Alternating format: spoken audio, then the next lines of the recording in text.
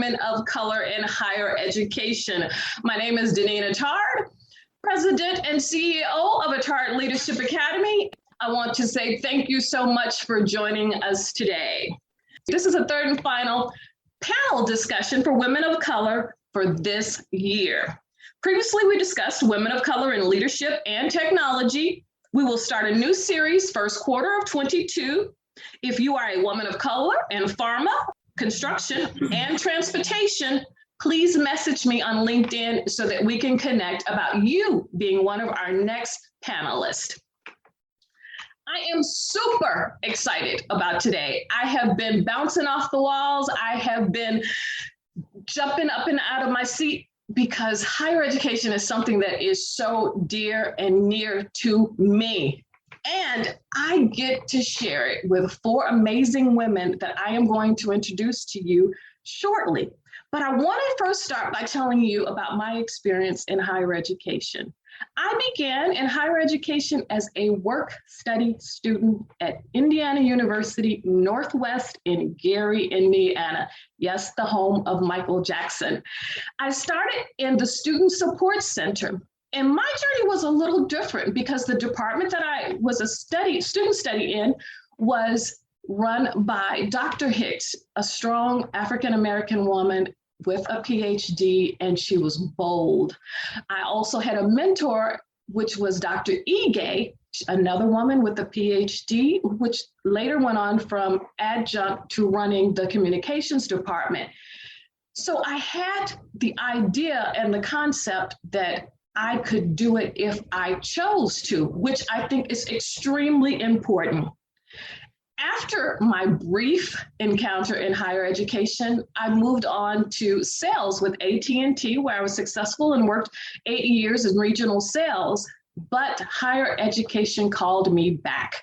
And I returned as an adjunct instructor and enjoyed that so much when the opportunity came about for program chair for general education, as well as other departments. I posted for the position and was awarded the program chair position.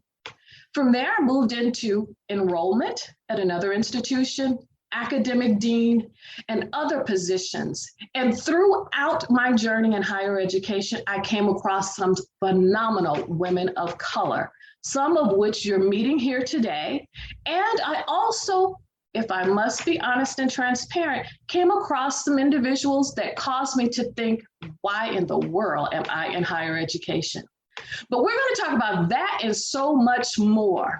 But before I introduce our panelists, I want to say hello to everyone that is watching.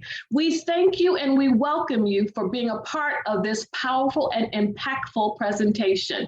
We want this to be as interactive as possible, so please make sure that you enter your comments in the comments section. If something resonates with you, say, that's me. If you have experienced something that we're talking about, we want to hear from you. If you have a question for any of our panelists, we want to hear from you. First, we have Dr. Shimee Crawford. She is the president of North Seattle College. For more than 30 years, Dr. Crawford has served as a higher education professional in multiple roles, including Vice President of Student Services and Enrollment Management, Vice President of Student Affairs, Vice President of Administrative Operations, and Dean of Student Affairs. Her academic accomplishments include a Doctor of Education degree in Organizational Leadership from Nova Southeastern University and a Master of Human Resources and Organization Development. Please welcome Dr. Shimee Crawford. Next, we have joining us Dr. Tressa Shavers, a founder and owner of Anderson Blake Consulting. Dr. Shavers helps organizations create long-lasting systems that support student success and create a competitive advantage. She is a former vice provost with an earned Master of Arts in Higher Educational Administration from Michigan State University and a Master of Business Administration and a Doctor of Management in Organizational Leadership from the University of Phoenix. Please welcome Dr. Shavers. And next we have award-winning academic educational practitioner, Treatha Harris, who is also the founder and CEO of T. Sarah Consulting. She has over 12 years of experience in higher education. She is an expert in creating inclusive, collaborative, and high-performing environments and enrollment management. She currently serves as president of the Texas Association of Criminal Justice Educators and vice president of the North Texas Council of College and University Registrar and Admissions Officers. Treatha earned a master's degree from the University of Massachusetts, Lowell, in criminal justice with an emphasis in forensic criminology. She has also completed postgraduate studies at Harvard University. Please welcome Treatha Harris. And last but not least, Dr. Karen Stills, Associate Vice Chancellor of Student Success at Dallas College. With over 20 years of experience, Dr. Stills is an equity-minded leader whose career has been dedicated to illuminating education as a vehicle for hope and opportunity to the communities she serves. Dr. Stills provides leadership for a team of more than 300 student success practitioners focusing on success coaching, career development, pathway success, and strategic initiatives to strengthen student outcomes. Dr. Stills earned a bachelor's in business management from the University of New Orleans and an MBA from Emberton University and a doctorate in educational leadership from San Diego State University. In addition, Dr. Stills is a proud mom, a Saints football enthusiast, and a member of Alpha Kappa Alpha Sorority, Inc. Panelists, welcome to today's show, and thank you for sharing your expertise.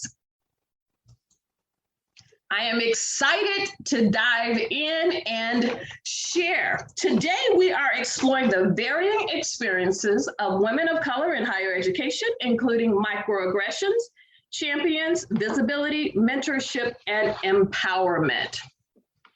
And there may be some of you that are participating or listening or will listen to this in the future and say, why are you doing this?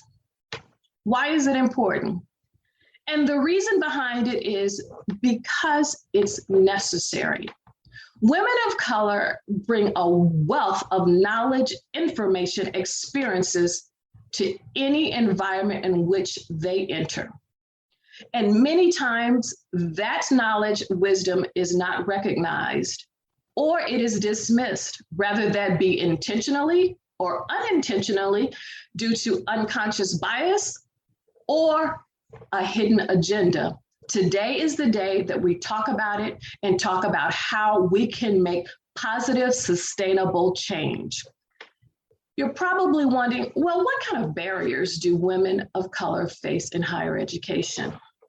Number one is deprofessionalization, which is a term that I found in a study by Catherine Young and Myron Anderson. I'll put the link in the replay for you. And it's published in the Metropolitan University's Volume 32, issue number 1 of 2021. And it talks about structural disadvantages for women and women of color. And one of them that they name is deprofessionalization. And I don't want to miss anything, so I'm going to give you an example of what that looks like. Women of color in higher education are often not treated like professionals even when holding professional roles. Black faculty are racially stereotyped at work and are often expected to entertain their colleagues in ways not expected of their white counterparts. Faculty of color and female faculty do and are expected to do a disproportionate amount of service work, like mentoring and advising students, and junior faculty serving as faculty advisors for campus, clubs, and being on committees. And all of this leads to the second way that disadvantages for women of color, which is what they call racial battle and gender fatigue. And then let's go into some other ways that this shows up. Students are less likely to take female faculty of color seriously as academic professionals, as they do not fit into traditional expectations of what a professor should look like. Students not seeing female faculty of color as professionals are more likely to challenge course content. Then I have a couple more that I want to make sure that I add so that we have a full foundation. Faculty of color, administrators of color, and women of various backgrounds face students, other faculty, and administrators who often assume a lack of qualification for or capability of faculty or administration work. And then those same individuals must hide their feelings of frustration and annoyance that results from being treated as less than a professional over and over again in the workday. Okay, now let's get to one of the important crucial areas, money. When it comes to money, women of color earn 67 cents compared to 72% for their male counterparts of color. And women, white women specifically, earn 81 cents to every dollar that the white male earns in higher education. And finally, in a report published by Higher Ed, it was found that when it comes to representation in higher ed, women and men of color only occupy 16% of roles in higher education. Just 2.7% of all academic job placements in 2019 were Black women with PhDs. That is the foundation on which we lay in order to have today's discussion. I want to start with Tretha. Tretha, of all of those barriers that I just laid down, did I overlook any, or was there any one that particularly resonated with you? Deneen, I would say all of them really resonate with me. But I think there is, on the academic side, one that was left off is the tenure clock, right? So women, moms, that forms a barrier for them when they're trying to raise their child during child rearing age, and because they're the domestic providers for their households. And so many women, leave the workforce and the tenure clock starts all over again. And so I think that's a big one on the academic side. But also one of the other barriers to women of color, also on the academic side, is oftentimes women are pursuing or in pursuit of tenure roles, always like in the humanities, in the areas of ethnic studies. Women are not seen as tenure material in the STEM field and all of those math fields and things like that. And then there are the barriers that we see as it relates to what types of articles they're producing, what types of material they bring to the table. So I would say that those are the big things that I believe was left out on the academic side, tenure side, in terms of barriers. And then the other barrier that I see in this space is where do we recruit? Like, where are we looking for our members of our staff? On the academic side, student services side, it doesn't matter. Where are we recruiting? Are we going to areas that we've always gone to, or are we embracing new areas for recruiting and or retaining? And that's a big barrier. Because if you're not going to the HBCUs, if you're not going to the career fairs where you can find women of color, then how do you bring them in? And then I think one of the last barriers is we bring all of these women into the space, we finally get them there, and then we do nothing to retain them. There's no pipeline in place, there's no programs to help support them. And that serves as a barrier because women then have to support themselves. They have to advocate for themselves. And so I see that as a barrier as well. You hit on a really good point when you talked about recruitment. And I think that it's definitely an important issue because we hear a lot of institutions saying that we can't find qualified candidates. We're still searching. And that brings up the most important thing that you said. One of the most important things that you said, where are you looking? There are qualified women of color for every industry and or every field or level within higher education. The key is knowing where to look, be consistent in looking, and coming outside of your idea of what that candidate looks like. And one of the things that I think is important is that when institutions are looking for women of color, they, because of the unconscious bias, they think, we don't want, and these are typically the words that they use, we don't want someone who's very aggressive. We don't, instead of saying assertive, we don't want someone that's going to talk a lot, which you do want someone that's going to explore. So they have a fixed idea of what they want that candidate to look like, which means that they are eliminating a number of strong, qualified candidates to fill that role. So I just wanted to make sure that I touched on that. Ladies, is there any other thing that you'd like to add, any barriers that we've overlooked that we haven't mentioned thus far before we go on? I just want to chime in and just piggyback on the idea. You didn't mention the term, but the idea of the angry Black woman. Yes. And so that is a real thing that folks, want to avoid or want to paint the picture for Black women. And as you mentioned, the barriers of if you're assertive or if you're confident, then you're aggressive, or you are, the B word. If you are, a performer, then you are you're doing too much.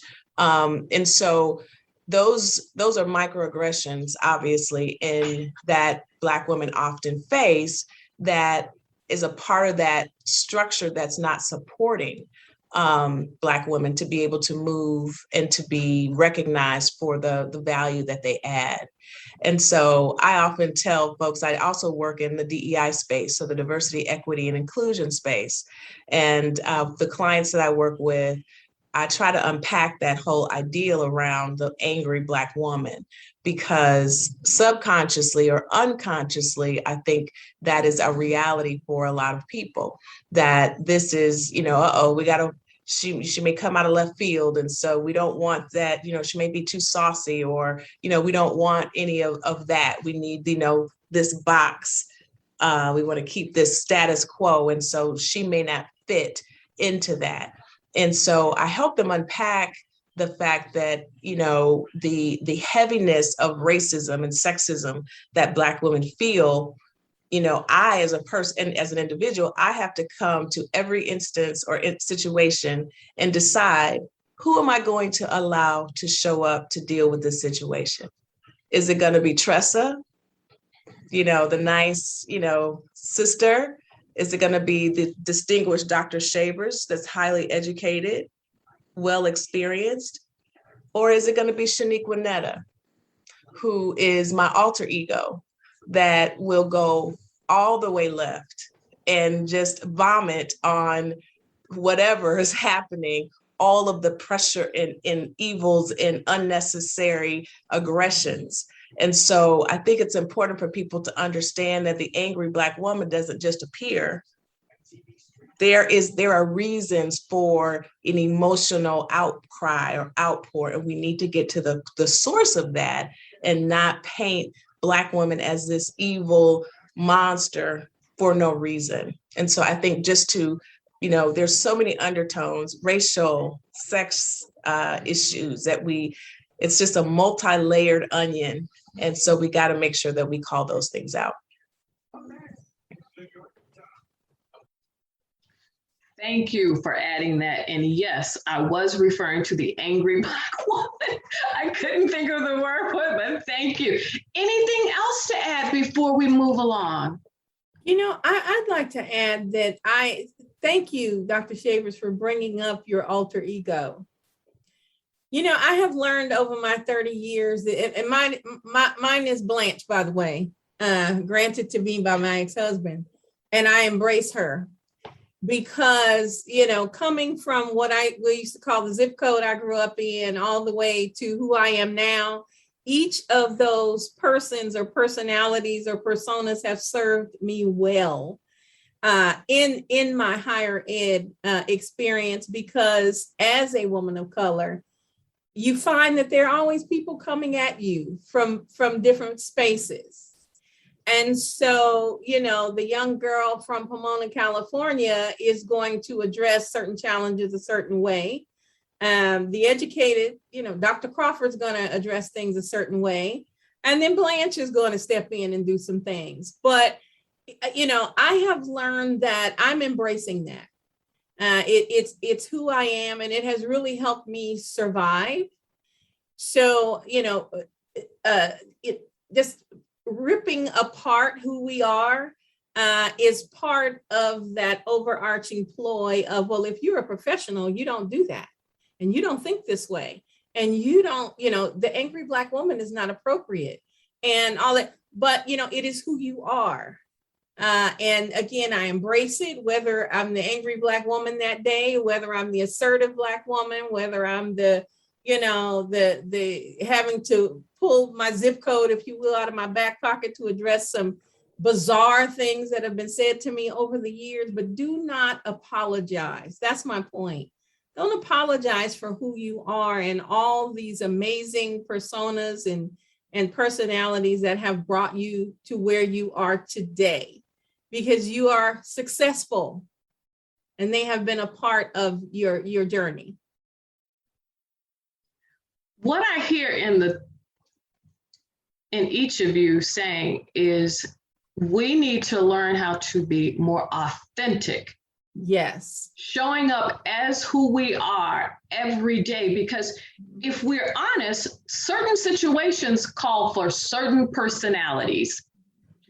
And you can say everything as you wish, as eloquent as you wish, but there will be some instances where the individual or individuals that you're talking to will not receive the message from that point of view. And you have to pull the person out of the zip code or whomever, but being authentic, because I want everyone to understand when we say authentic and when we talk about our zip code or talking about our alter egos, we're not talking about being unprofessional.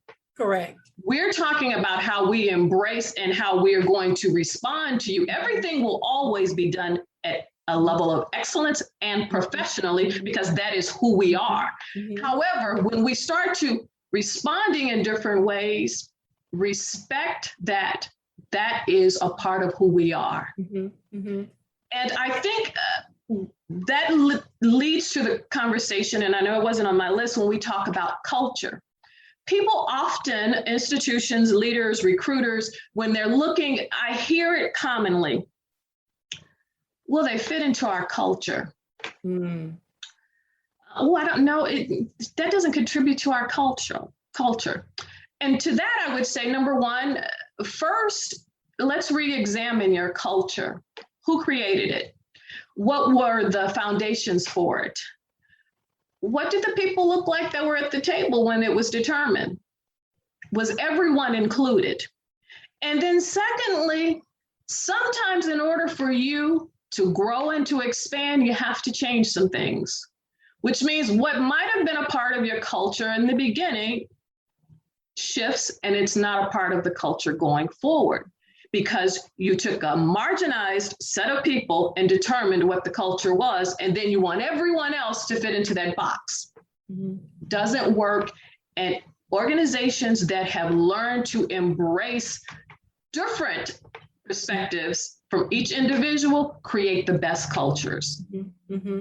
And, thank you for pointing that out, because along with what I said previously, a perfect example is, recently I've had to tell some folks, we can agree to disagree. We can talk all day long, but you are not going to treat me any old kind of way, right? We're going to have a respectful conversation. If we disagree, that's great, but you just can't talk to me any kind of way. And that, has a historical perspective. So thank you for bringing that up. Women of color have been talked to, especially Black women, all kinds of ways throughout history. And, we're strong if we can take it. Well, no, you're not going to talk to me like that. We're going to have a different kind of discussion. And I think it's important for us to know when it's appropriate to say, this conversation is going to happen this way.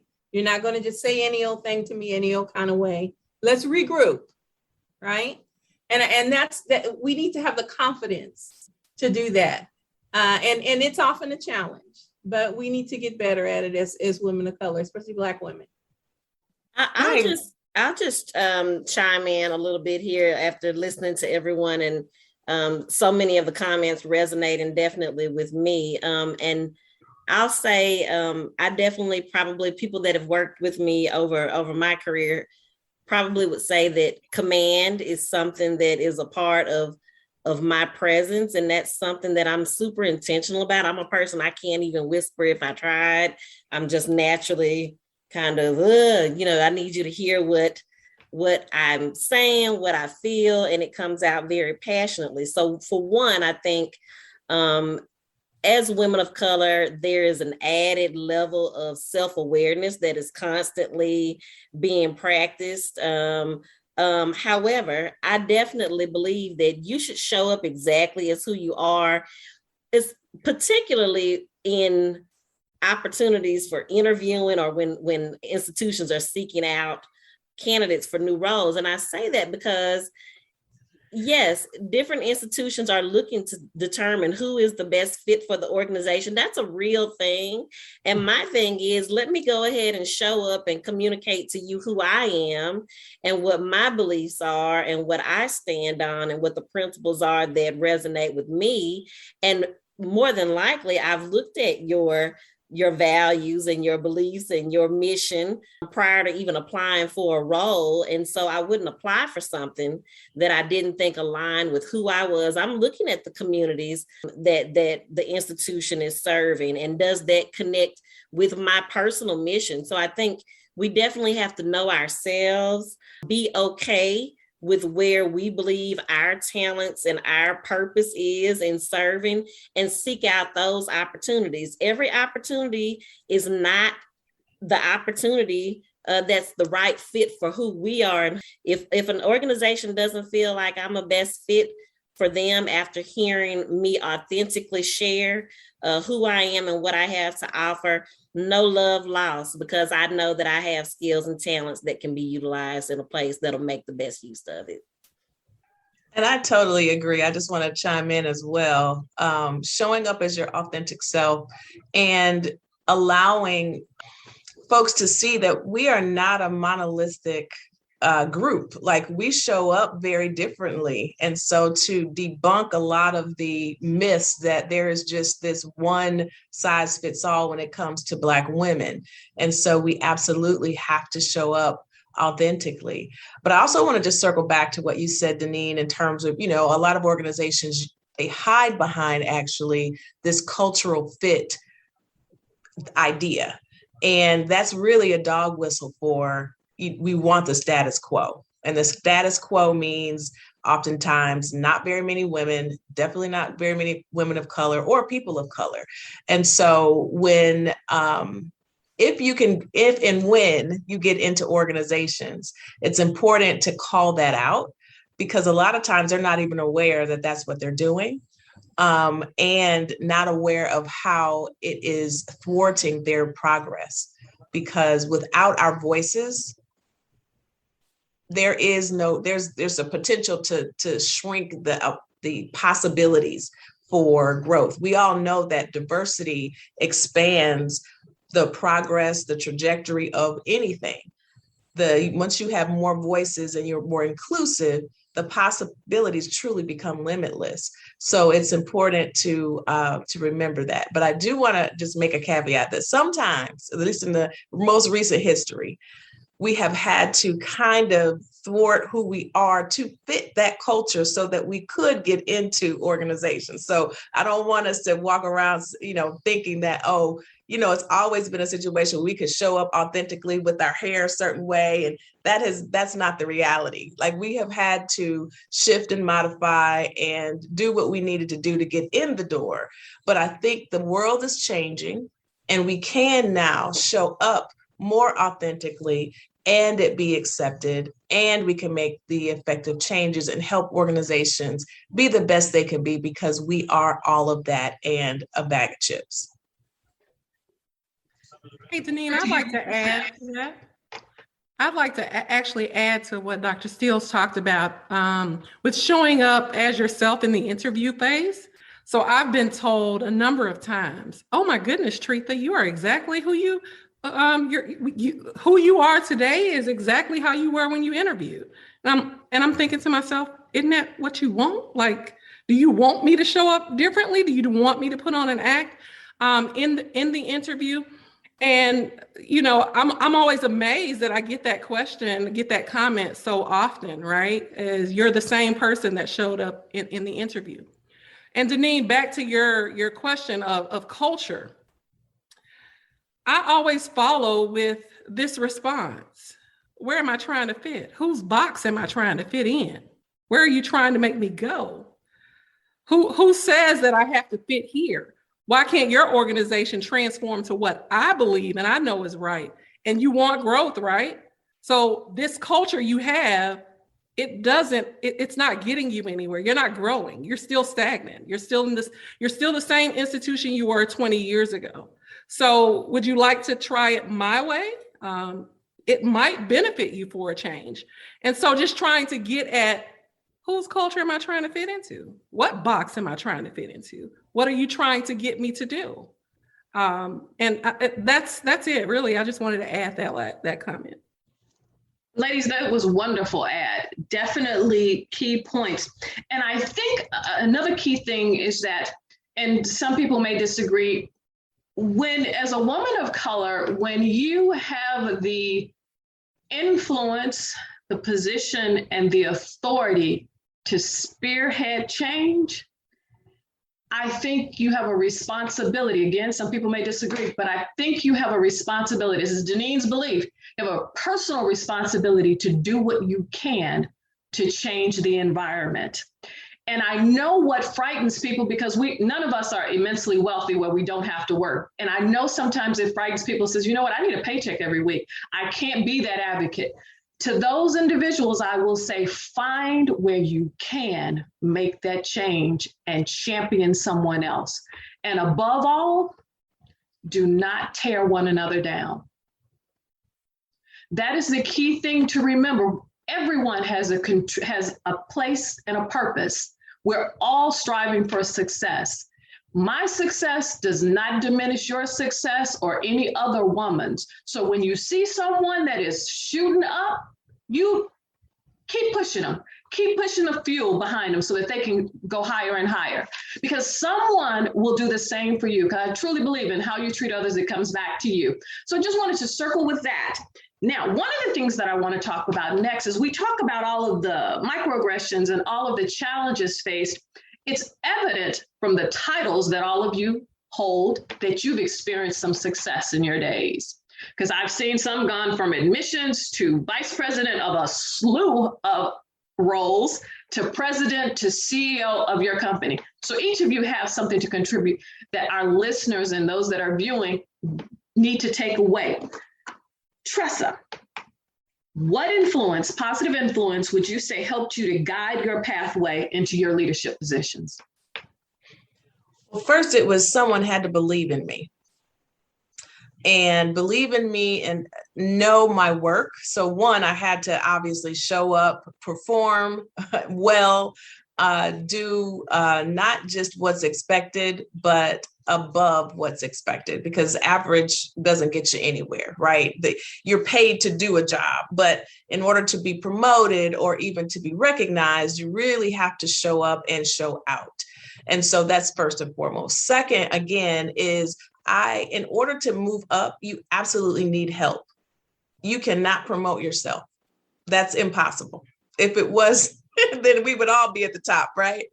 And so I'd like to, point to a concept that I learned from Carla Harris, who is a senior vice president on Wall Street.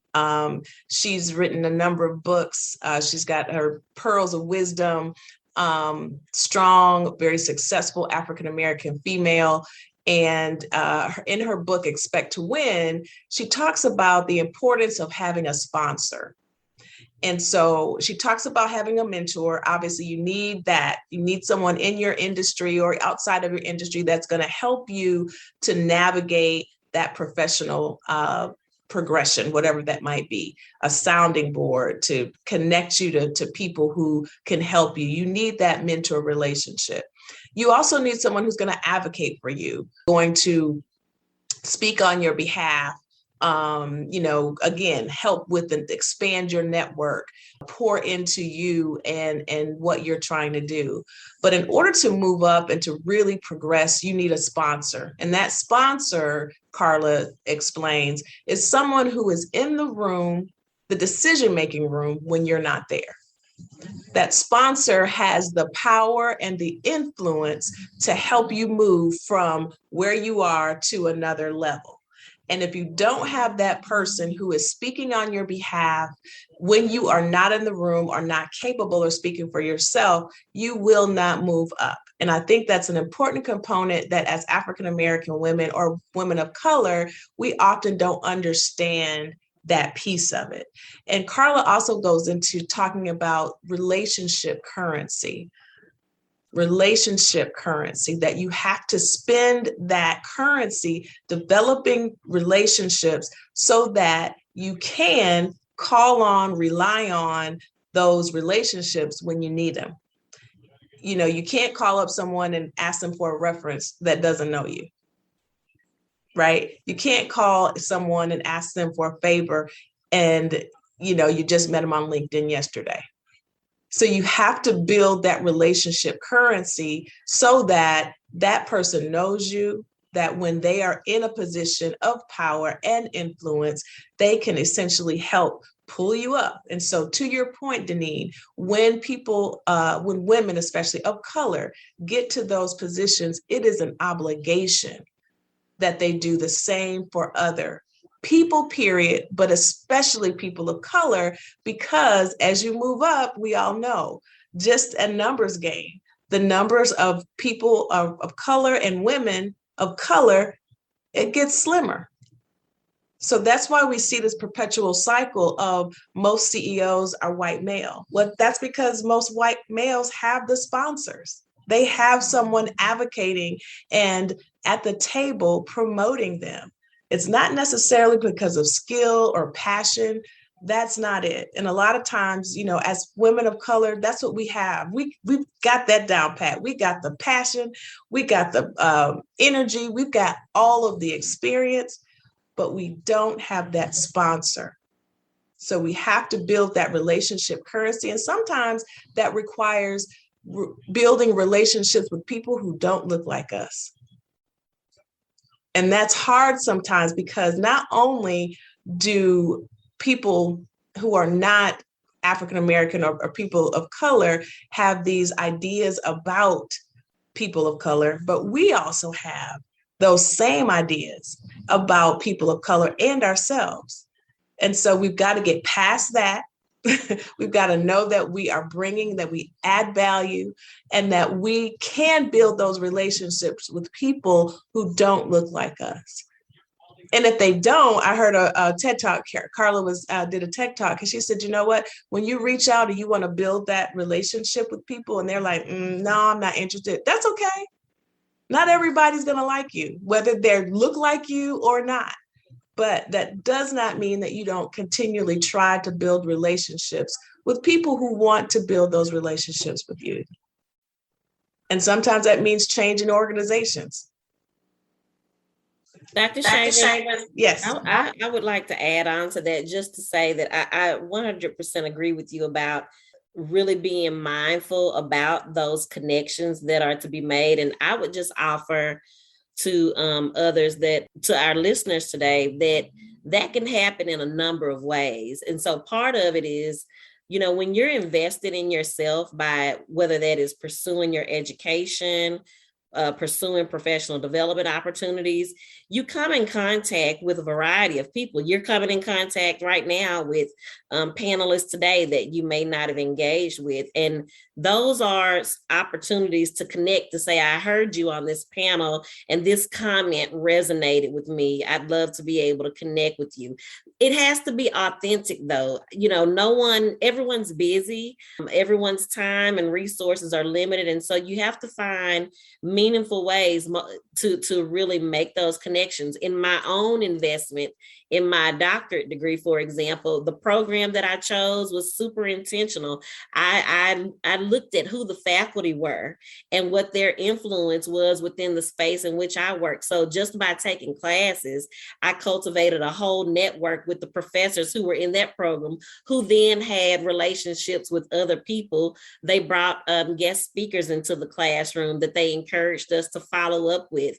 And then if, let's say you're not in that space, you're not ready yet to maybe invest in a doctorate per se, or at a master's, or wherever you are in your educational space, even at your own job, finding a way to connect what you do with someone else that may be operating in a different space. If you're in student affairs, is there something that you're interested in the workforce and development side that you don't understand or know? And how can you really collaborate and show that you can be of value by learning something that's in another person's space, and show that opportunity to connect for the benefit of students?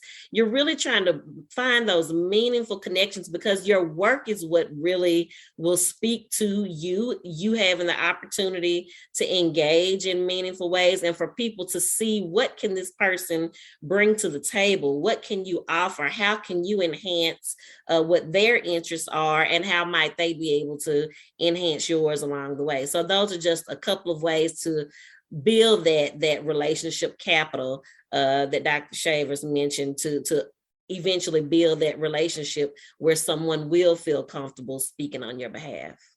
Thank you so much for that ad. When both you and Dr. Shavers were speaking, I kept thinking about networking, and it is so key when you're networking is to remember that it's about building a relationship. It's a two-way street.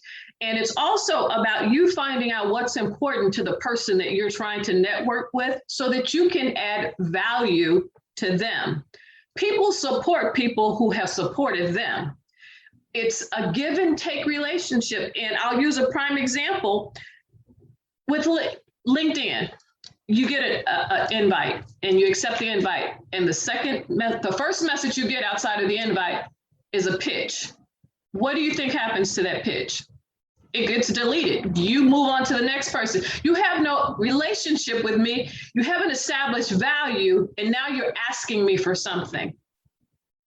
It doesn't work that way. We have to feed and nurture relationships along the way. And that means that sometimes you're going to have to give more than you might think you should, but it pays off in the end. And it always has to be a two-way street. So I just want people to always remember, when it comes to networking, it's not me. It's we. How can we develop and grow this relationship? And in the end, you get double of what you put in, because people will go out of their way to help individuals that have proven themselves to be true. And I can attest to that personally. They will show up and deliver for you time and time again, because they trust you, they value you, and they respect you. And those are the qualities that you want your champion, your mentor, or anyone that you come in contact with to possess, because those things will catapult you into places that you wouldn't have the opportunity to be sitting there on your own. Let's talk about self-efficacy and how does that influence your career development? I'm happy to start. Self-belief and us really, having a sense of being able to be successful is critical. That's something that's critical to students, number one, in what we're trying to pour into students, but we also have to think about, how do we develop those skills in ourselves and cultivate that over time? And there's lots of ways that self-efficacy is built. It's actually something we've tried to embed into a model within talking to students about, so that they'll understand how they build that efficacy muscle.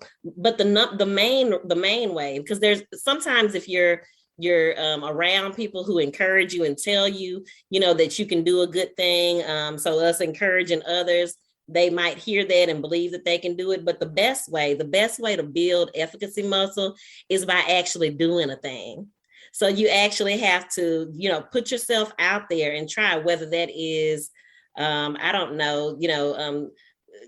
applying for a job, maybe going out to serve on a committee, maybe seeking out a board service opportunity, maybe reaching out and taking the risk to ask someone to serve as a mentor.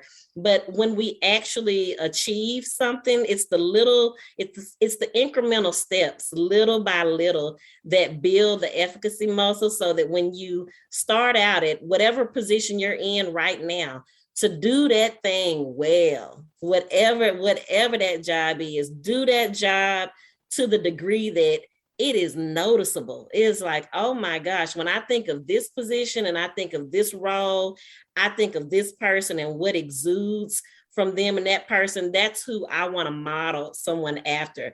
That's what gives you the belief that, when that next step, that next small step, because I believe in my own career has been iterative. It's been small steps. I have not done leaps. I have seen people that do leaps, and sometimes it works out, sometimes it does not. I do believe that there's benefit in taking small, gradual steps of responsibility and expanding your skills, and that realization that I can do it, I can be successful, even if it's something that you don't have 100% of the knowledge in, that don't be afraid to take a risk and go into a space where your other skills can help you to cultivate success within new spaces. Excellent. One of the other things that I would add to that is a part of building that muscle is keeping track of your past successes. Because we have a tendency to just go at a thing 100%, do our job extremely well, and keep pushing forward. And at the end of the year, when it's time to write that review, or when they ask you to do a self-evaluation, if you haven't tracked it all year long, you're sitting there, well, what did I do? And then you start to second guessing yourself, well, did I do anything that was, of note? Because if we can keep ourselves in remembrance of our success, that builds our confidence level, so that when that position comes up, that okay, maybe out of the 10 things that are listed, we have 7, we won't disqualify ourselves, and we'll go ahead and apply, because our male counterparts, statistically, they say if they have 3 things that they can do, they'll throw their hat in the ring for a job. We, on the other hand, we could have 9.5, and we're like, I don't have the 10. I'm saying to you, it doesn't matter if you have the 10. Go ahead, throw your hat in the ring. If it's something that you truly know in your heart that you can do, that you have been doing, and that you are able to stretch and accomplish. And I think that goes back to us keeping track of what we have accomplished in the past, so that we can build on it. And so that when we're having those conversations with the individuals who may or may not know us, we can share our wins, because we can't always depend on the other people around us to share our wins and toot our horns. We have to toot our own horns on occasion to make sure that the message is heard loud and clear. And if I'm fully transparent, so that people will know that you were the one who accomplished that goal, and not the other sideline critics who were taking credit for that role of being successful. Yeah, just to add, women need to stop gaslighting ourselves. We are notorious for playing down, as you're saying, our skill set, our accomplishments. And, one of the things I always tell individuals that I have supervised in the past is, keep a journal, not just a personal journal about your feelings, but a professional journal to do exactly, Deneen, what you're talking about. No matter how big or how small, keep that journal of what happened that day, what you what you started, what you finished, what you learned. I have so many of those from past years. And occasionally I go back and take a look at those. And, I can kind of pat myself on the back, and I can also say, ooh, that was something that maybe I should never do again. But, those are my lessons as well.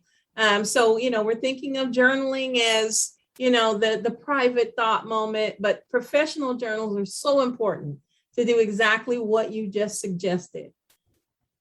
Excellent. We are at 1:51, and I'm going to throw a question, and I'd like each of you to participate. You're sitting having coffee with a young woman of color who is talking to you and says, you know what? I want to enter into higher education. I know that I have the skills and the talent. My education supports it. Dr. Stills. The one thing I guess maybe that I would tell someone is that they need to be certain that they have a heart to serve students and the community. And that if you truly don't have a heart to serve students and the community, because it's not just students, and that's something you need to understand. It's not just students, it's the employers that are within the community that you're serving, all the nonprofit and social organizations that are within that area. I would say you have to have a love for that because of all of the various obstacles that come with the role. You have to be connected with your why. I have to regularly come back to, why am I subjecting myself to this? Because, higher education is no longer, it's not an 8-to-5 job by any stretch of the imagination. It requires a lot of stamina, a lot of endurance, a lot of resilience. And so if you are not who you are as a person, if it's not connected to the mission of the work, then I would recommend looking elsewhere. That'd be the one thing that I would share. Excellent. Dr. Crawford. I would tell that person to prepare to have a career of service. Exactly what Dr. Stills pointed out. This work, whether I'm the president or whether I'm that financial aid clerk from 30 years ago, it's service. You are serving students, you are serving your community, and you're serving your coworkers. And if you are not prepared to enter into a profession that is service oriented, you might want to rethink what it is that you want to do. You will find yourself giving more than receiving thank yous, and your reward may be commencement. You're not receiving individual thank yous, but just looking at a room full of graduates, right, is your thank you, is your pat on the back, but you may never actually hear someone say it. So again, no matter what your role is in higher ed, this is a work, this is community service, this is a service. And I see myself, even as a president, as being in a role of service. Thank you so very much. Ms. Harris. I would second really what Dr. Stills and Dr. Crawford is having that heart of service and understanding that you're there for the students. And as Dr. Stills say, that's often left out is for the community, especially in the community college space. It's designed for students and the community in which you serve. And so I would say if you don't have that heart of service, don't go into higher education. As Dr. Crawford said, the graduation will be your reward. You're not often going to get that reward, right? You might, but not often will people listen, respect, acknowledge that the work that you're doing in higher education. And leading into that, I would say, look, if you have all of that, then bet on you. Bet on you. You are the PowerPoint. You are the money. you are the representative, bet on you. And I would say that will lead to some successes in higher education. Thank you so very much. Dr. Shavers? Wow, I think everybody, I would just echo what everyone has said. I would add that, higher education, students come to us with a huge ask, which is help me change the trajectory of my life. So it is a huge responsibility, no matter where you find yourself in the higher ed spectrum. You are helping to shape and mold the lives of those who entrust their educational journey with that institution. So it's got to be, I believe, again, a passion, a true heart for service, but also it's important to have a mind that is ever evolving and learning. Because we are in higher education responsible for helping people transform their lives, we cannot remain stagnant. So we've got to be curious. How can we continuously improve? How can we make whatever this thing that we're providing in the classroom, outside the classroom, how can we continue to evolve that so that it is preparing adequately those who are entrusting us to do that?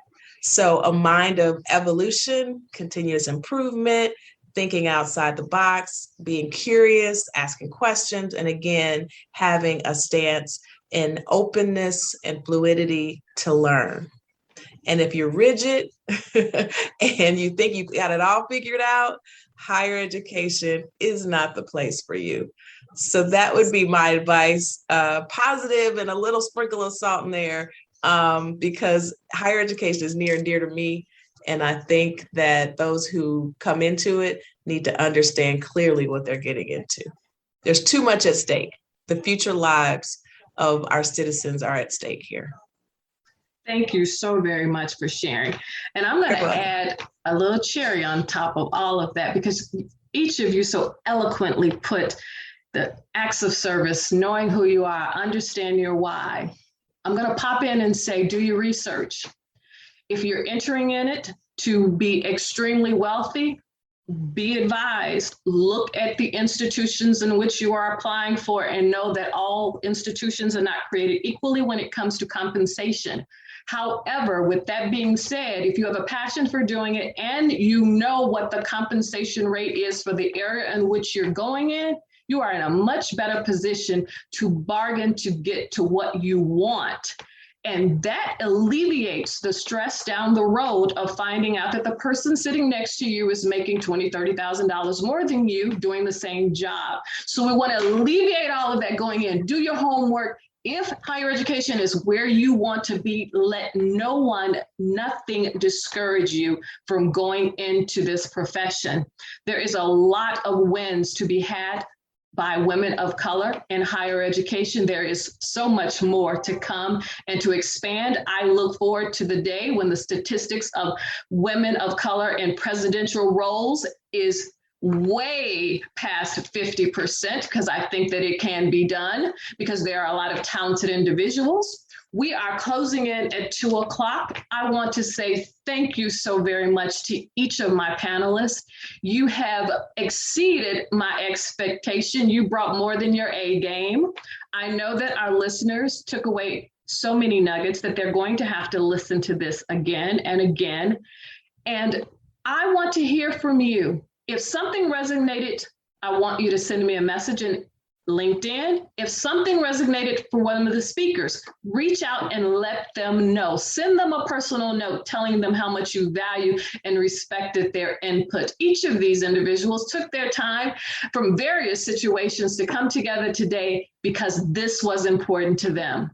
Remember, this is your season to rise up, be inspired, be remarkable, and have a great day.